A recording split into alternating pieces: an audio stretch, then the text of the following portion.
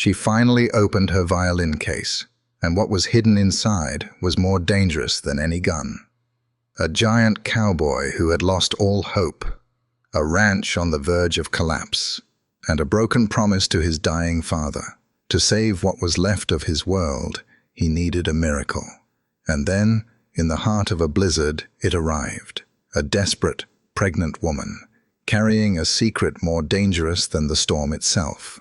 The Wyoming wind had a way of speaking to a man, and tonight it only spoke of endings. Caleb Cal Ryland felt it in his bones, a chill that had nothing to do with the coming blizzard. It was the same hollow ache he felt every time he looked at the leaning fences, the empty stalls in the main barn, the proud Ryland brand on the gate fading like a forgotten memory. At 6'5", he was a giant of a man, built of the same rock and resilience as the mountains that loomed over his valley, but inside he was crumbling.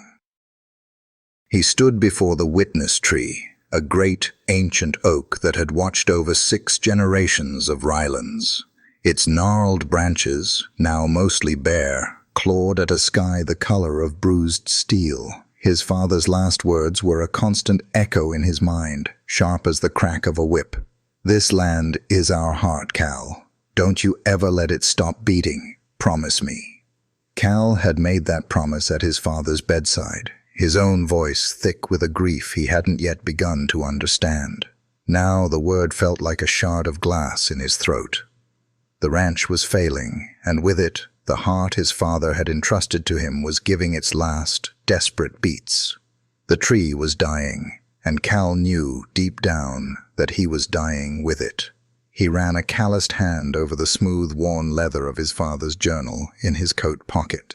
It was filled with a lifetime of wisdom about horses, land, and men, wisdom Cal had ignored in his youth, chasing the fleeting glory of the rodeo circuit.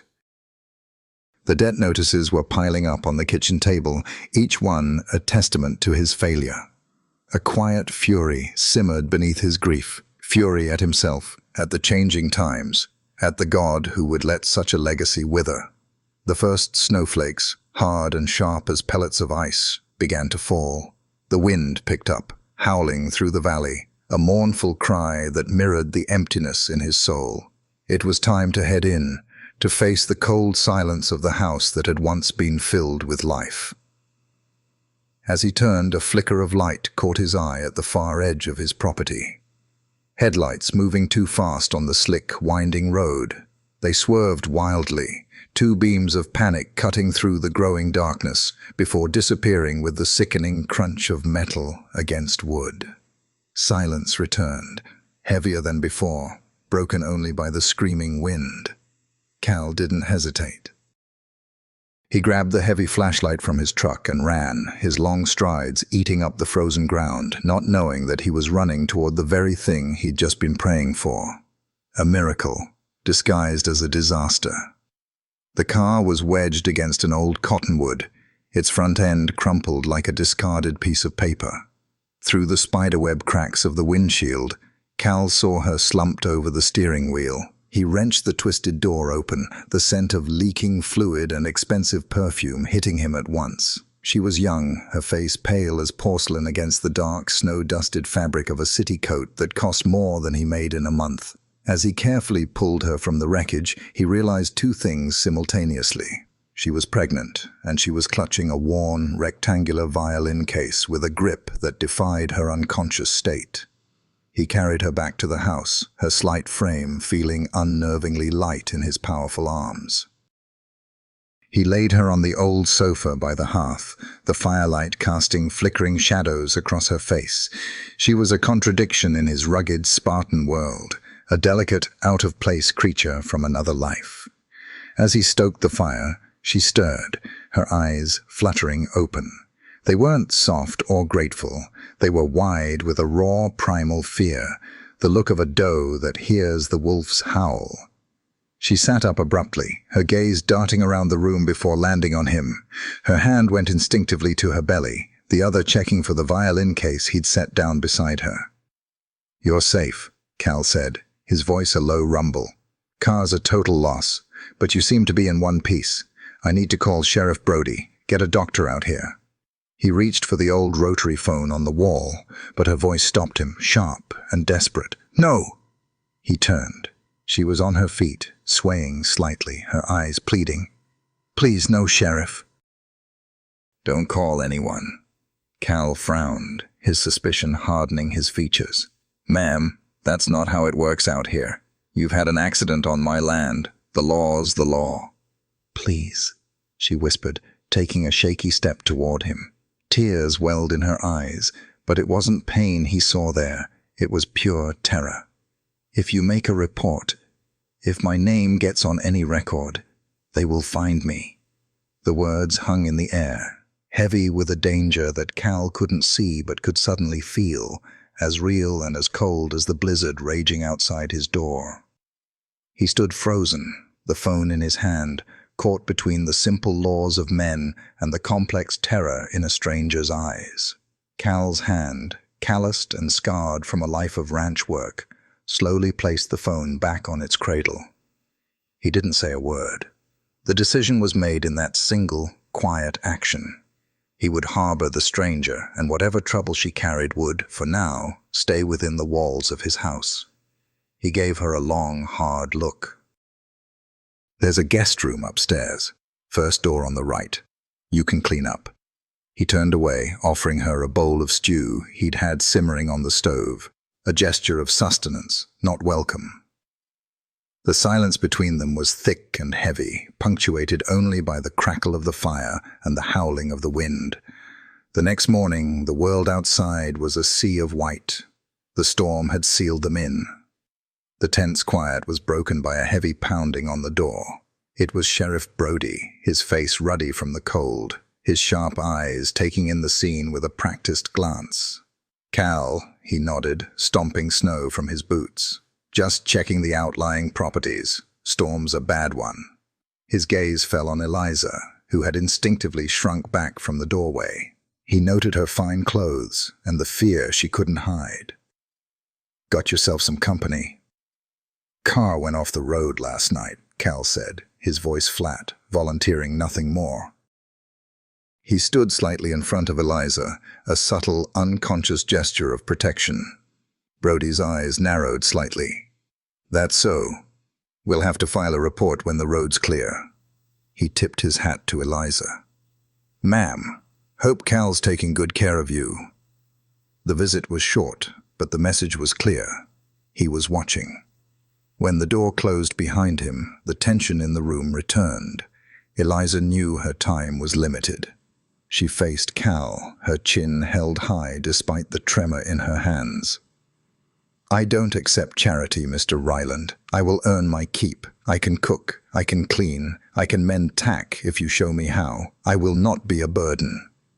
Cal looked at her, seeing for the first time not just a frightened woman, but a flicker of the same stubborn pride that ran through his own veins. He thought of the debt notices, of the work that was piling up, of the crushing weight of doing it all alone. He gave a slow, deliberate nod. "Fine," he said, his voice as rough as gravel.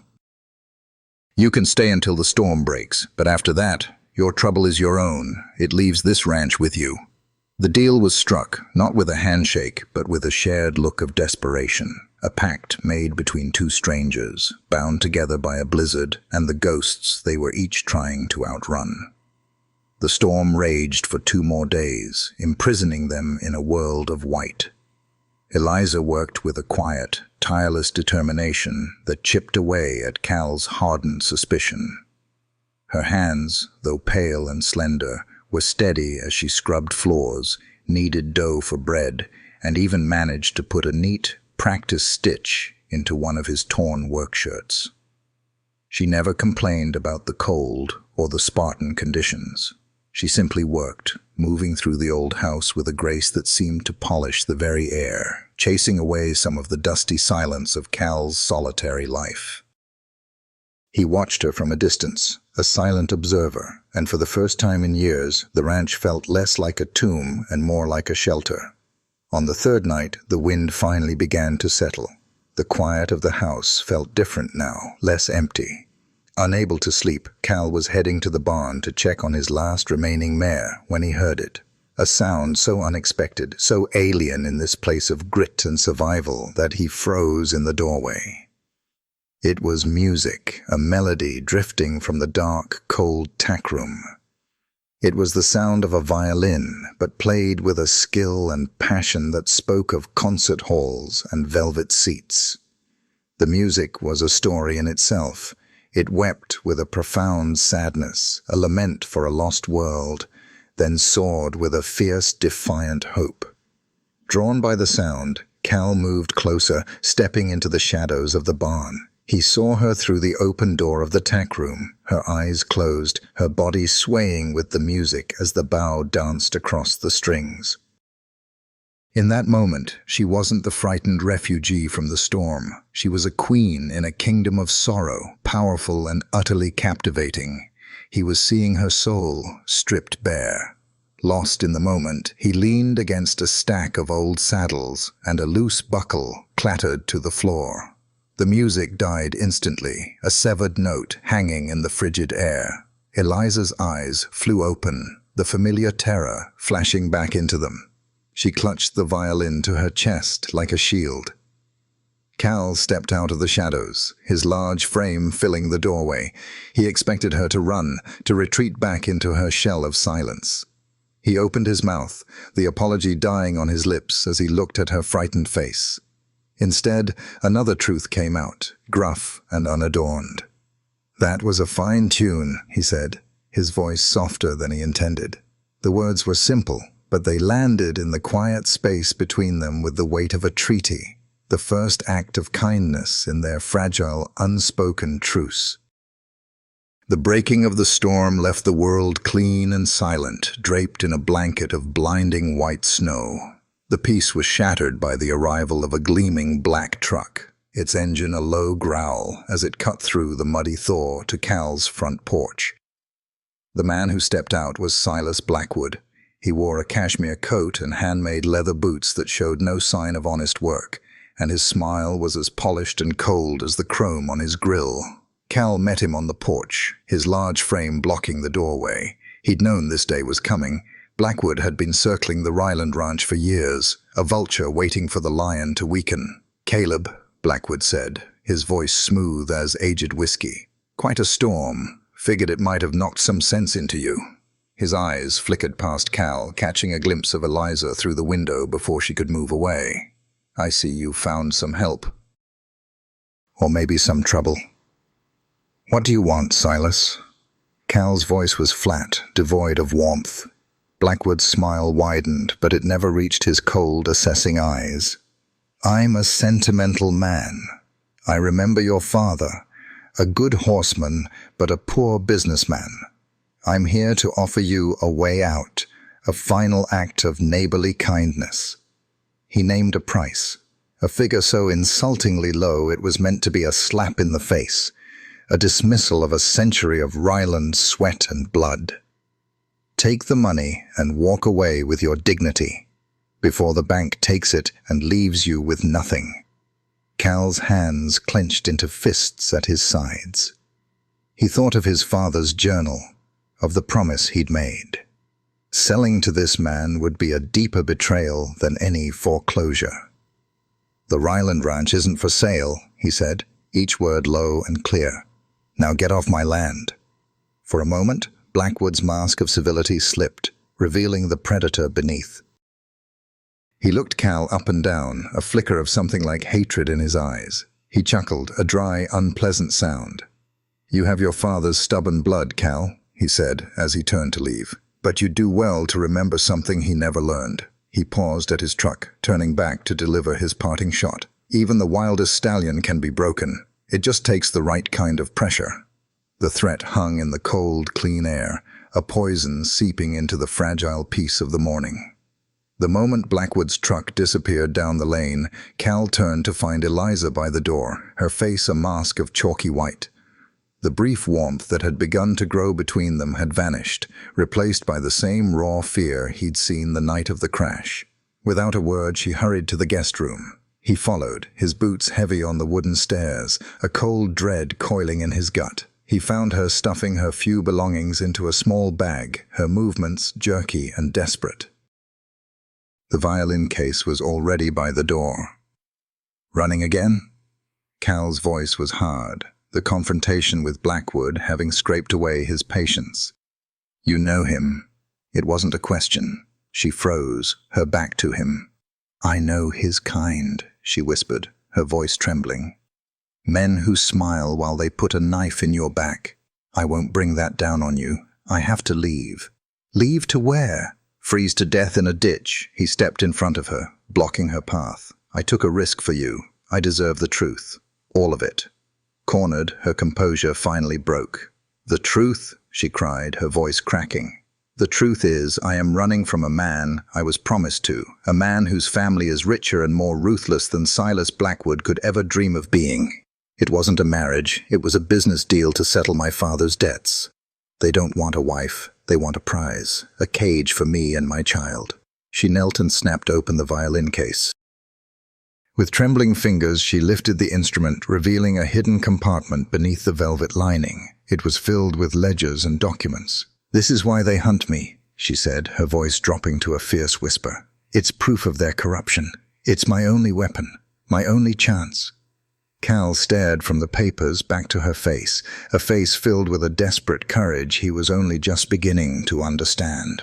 The weight of his own problems, the debt, the ranch, the broken promise, suddenly seemed smaller.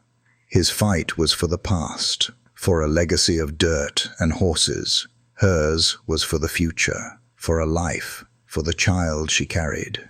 He looked at her, no longer a stranger, but a fellow soldier in a war she was fighting all alone. He let out a long, slow breath, the anger draining out of him, replaced by a weary resolve. "Put your things away," he said quietly. "You're not leaving." She looked up, confused. He met her gaze, his own eyes reflecting a deep, shared struggle. "It seems," he said, his voice a low rumble, "we're both fighting our own kind of demons. Might as well fight them together." Blackwood's pressure began not with a bang, but with a slow, silent strangulation.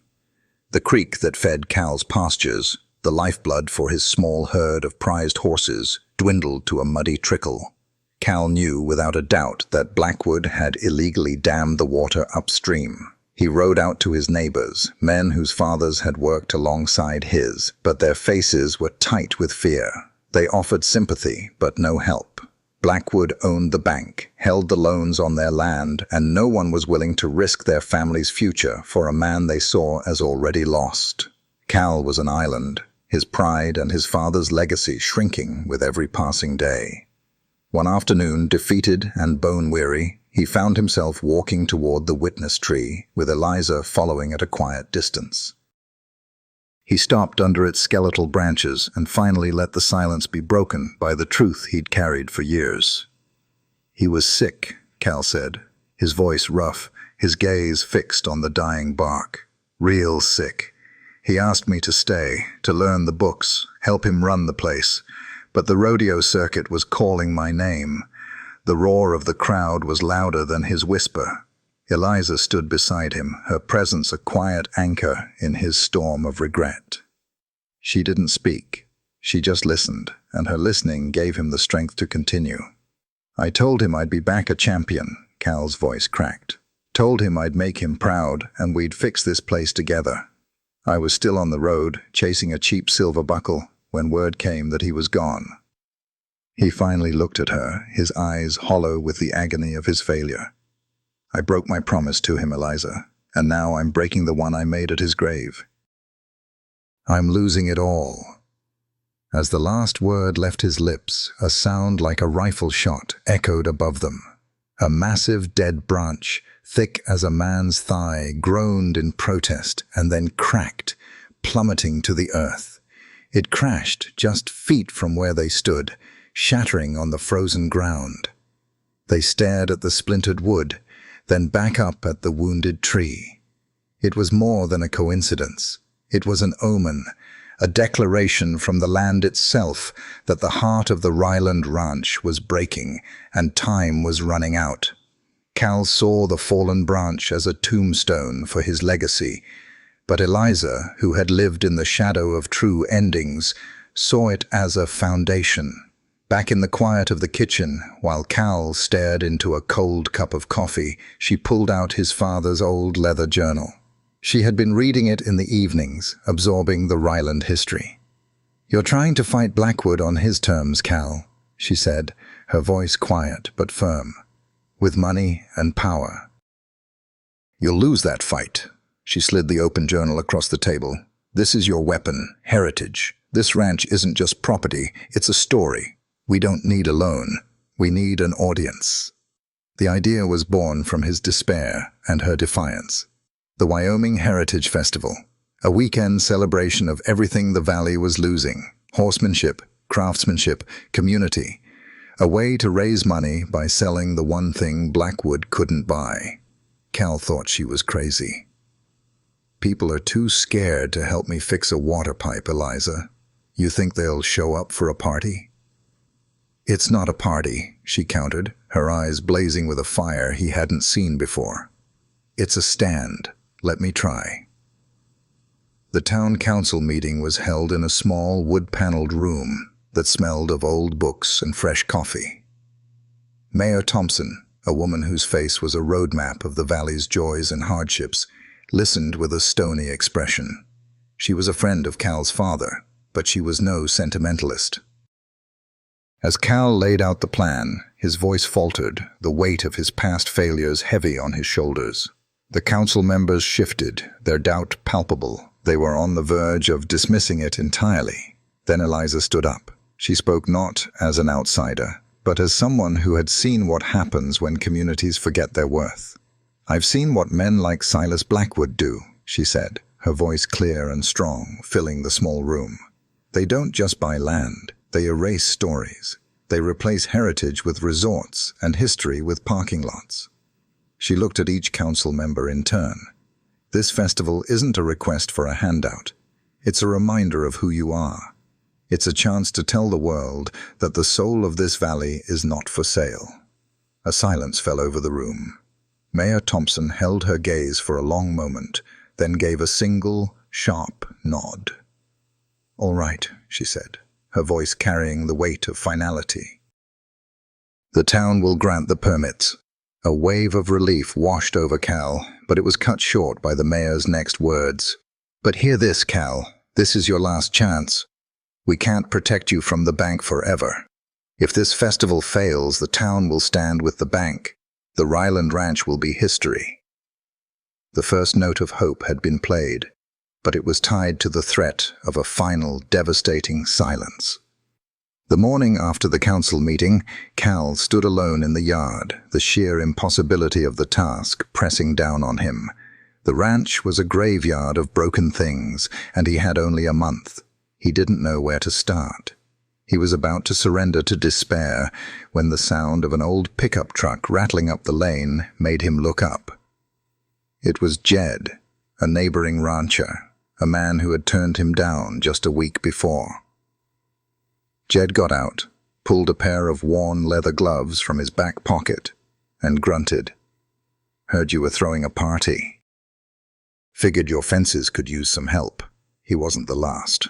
An hour later, 2 more trucks arrived. By noon, the Ryland Ranch was no longer silent. It was filled with the sounds of a community waking up, the rhythmic thud of hammers against fence posts, the scrape of paintbrushes on weathered wood, the low murmur of neighbors working together. Mayor Thompson herself arrived with a caravan of women, armed with buckets of paint and baskets of food, and set to work restoring the faded Ryland brand on the main archway. The valley, having been reminded of its own soul, had decided it was worth fighting for.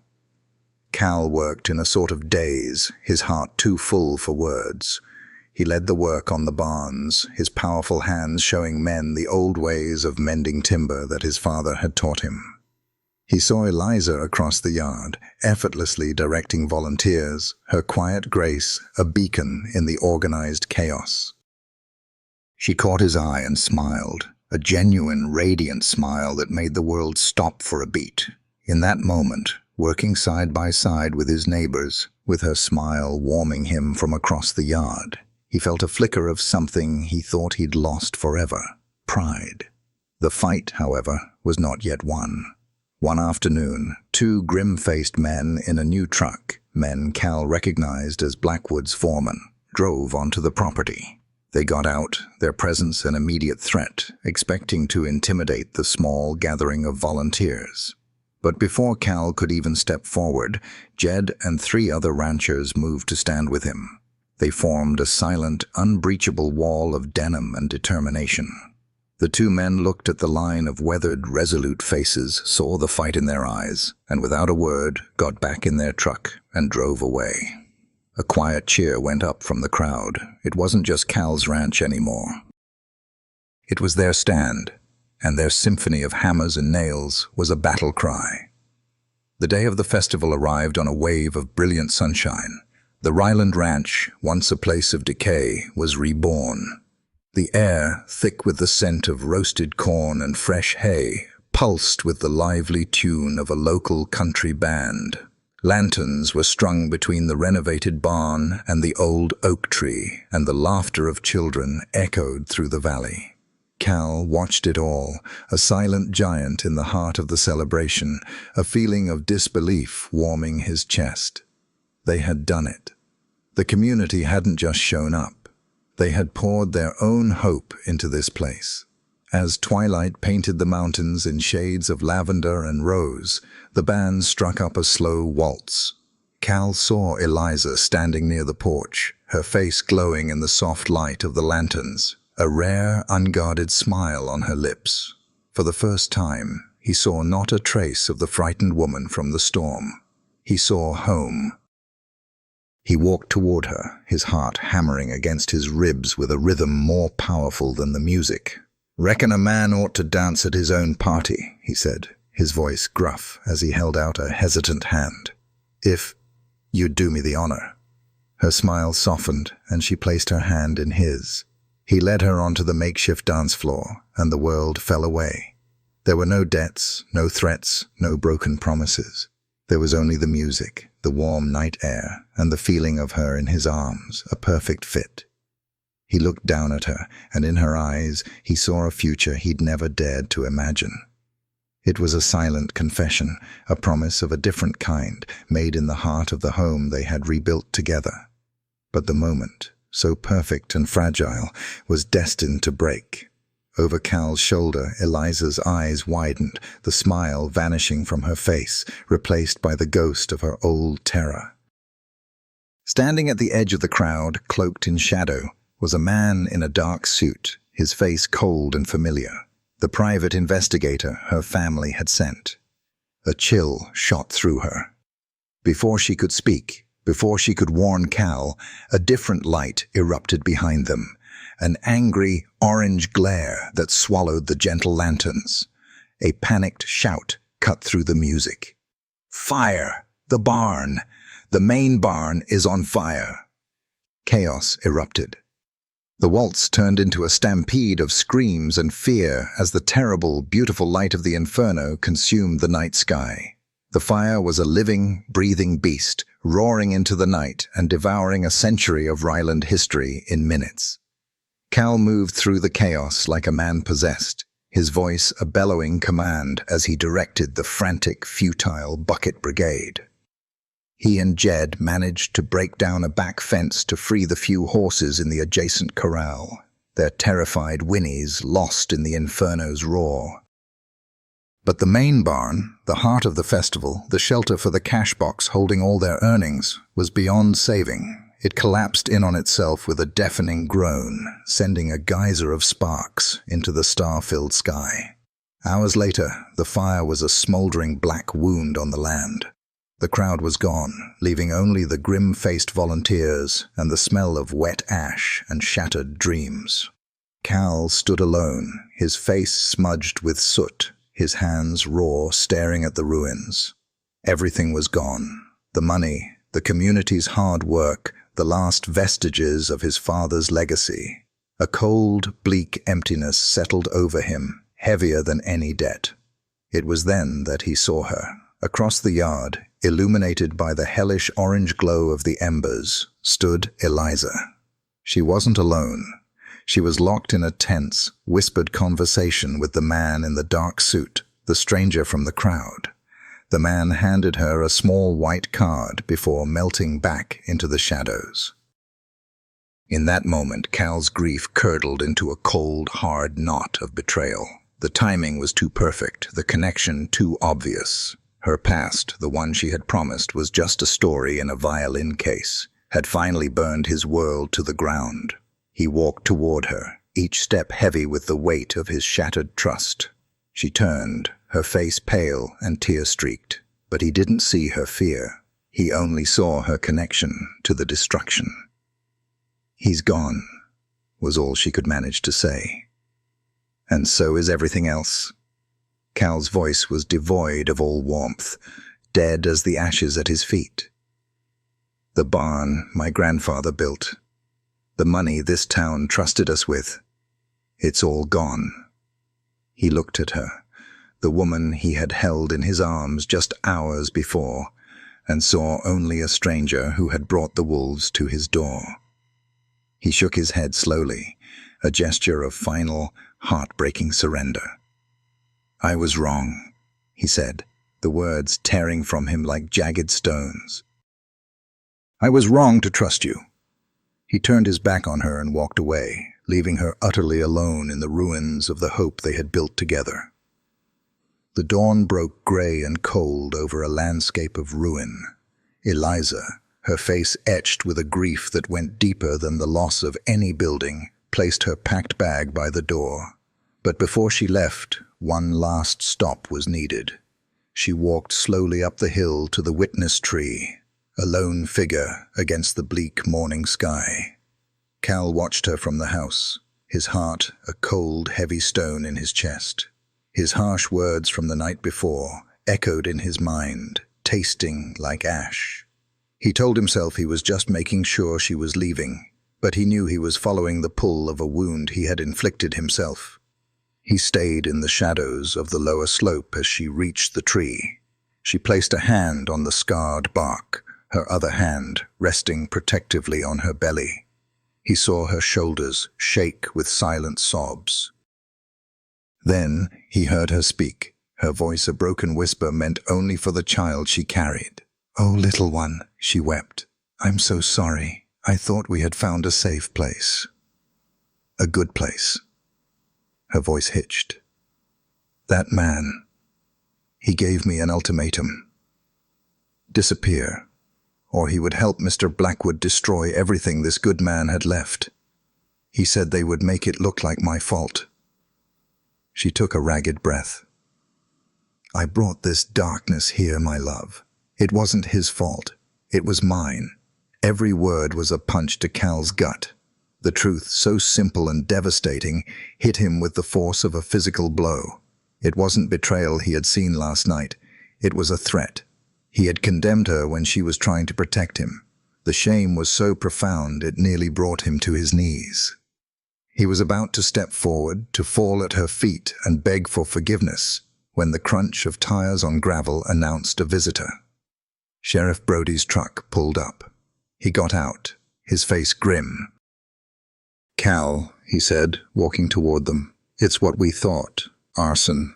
Found traces of kerosene all over. But Blackwood's alibi is airtight. He was at a dinner in Jackson all night. 50 witnesses." The last flicker of hope in Cal's chest died. They were beaten. "But," the sheriff continued, his voice dropping lower, "my deputy found something down by the creek where the arsonist must have made his escape." He opened his palm. Lying there was a small, ornate piece of silver, a cufflink, engraved with a serpent eating its own tail. "Never seen a design like that around here." Eliza gasped, her eyes fixed on the object. Cal stared at it, a memory clicking into place, the glint of silver at the wrist of the man in the dark suit, as he'd spoken to Eliza in the firelight. It wasn't proof, not yet, but it was a start. It was a weapon. The three of them sat at Cal's kitchen table, the silver cufflink gleaming between them like a single, cold star. "It's not enough to convict," Sheriff Brody said, his voice grim. "A good lawyer will say he dropped it last week. We need more." "Then we don't play their game," Eliza said, a new steely resolve in her eyes. "We make them play ours." She looked at Cal, then at Brody. "The men I'm running from, they fear one thing more than the law: exposure, public shame." With a steady hand, she reached for her phone. She had friends, contacts from her old life in the music world, people who knew how to make noise. The plan was audacious, a high-stakes bluff played on a national stage. Within an hour, a press release was sent out. Eliza May, the reclusive violin virtuoso, would be giving a special, one-time-only online performance live from the ruins of the Ryland Ranch. She would play a new composition, titled simply "The Arsonist's Serenade." She promised to tell the story behind the music and reveal the contents of the documents she carried. It was a declaration of war. They knew their enemies would not allow that broadcast to happen. The PI would be sent back, not to threaten this time, but to retrieve the evidence at any cost. The night of the scheduled performance, the air was thick with tension. A single generator-powered spotlight illuminated a lone chair and a music stand in the center of the barn's blackened foundation. Beside it, gleaming in the harsh light, was the violin case. It was a stage set for a trap. Hidden in the deepest shadows of the ruined structure, Cal and Jed held their positions. Sheriff Brody and a deputy were concealed behind the remains of a collapsed wall. They didn't have to wait long. A figure detached itself from the darkness, moving with a confident swagger. The private investigator. He crept toward the spotlight, snatched the violin case, and turned to flee. "Going somewhere?" Cal's voice boomed from the darkness. The investigator spun around as Cal stepped forward, blocking his path. From the other side, Jed emerged. Then the sharp, unmistakable click of a shotgun being cocked echoed in the ruins as Sheriff Brody stepped into the light. "Drop it," Brody commanded. The investigator tramped, sneered. "You've got nothing on me." Brody slowly opened his hand, revealing the gleaming silver cufflink. "Funny," the sheriff said, his voice dangerously quiet. "This says you were here the other night. Arson's a federal crime when it's meant to intimidate a witness. Now, you can take that fall alone, or you can start talking about the man who paid you to light the match." The investigator's arrogance finally shattered, and in the cold Wyoming night, the whole sordid story began to spill out. The fallout was swift and decisive. Armed with a full confession, Sheriff Brody arrested Silas Blackwood before the sun was fully up. The news of the powerful developer's fall sent shockwaves through the valley. Simultaneously, the scandal Eliza had carried erupted on the East Coast. Faced with federal investigation and public disgrace, her former pursuers vanished back into the shadows, their power broken. A few weeks later, a check arrived in the mail, a substantial reward from a federal witness protection fund for the information that had led to the unraveling of a vast criminal enterprise. It was more than enough to pay off the bank and begin to rebuild. The Ryland Ranch was safe.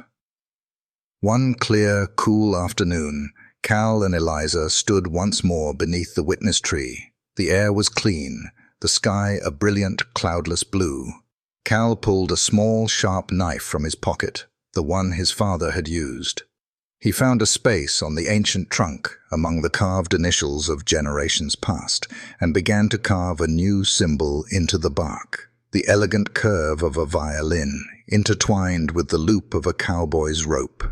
It was their story, now a permanent part of the Ryland legacy.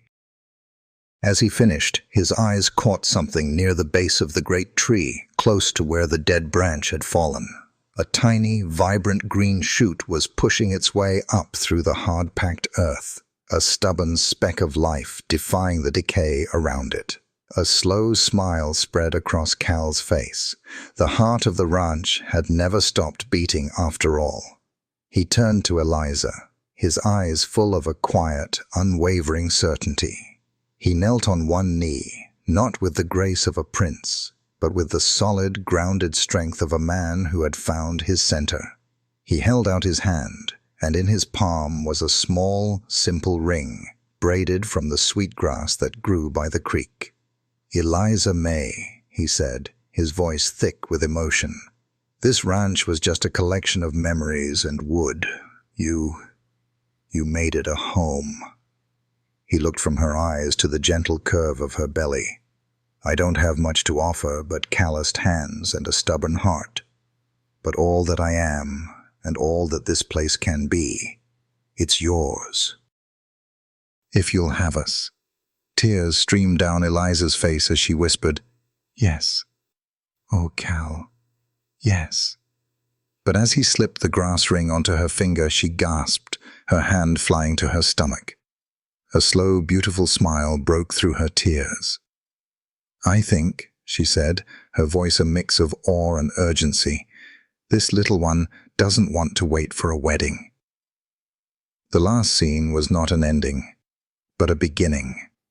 As the first light of dawn spilled over the Wyoming peaks, Cal stood on the porch of the home he had saved, holding his newborn son wrapped in a worn flannel blanket.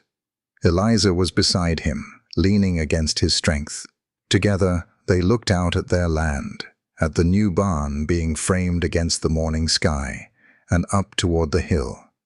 There, on the ancient trunk of the witness tree, the first rays of sun caught the edge of a single perfect green leaf, unfurling toward the light, and so from the ashes of a broken promise, a new legacy was born. We have one last question for you. Was it a miracle that brought them together, or was it their own human courage? If you believe it was a miracle, comment with the number 1. If you believe it was their courage, comment with the number 0. There are so many other stories of hope and second chances waiting to be told. Subscribe and join us so you don't miss the next one. We'll see you then.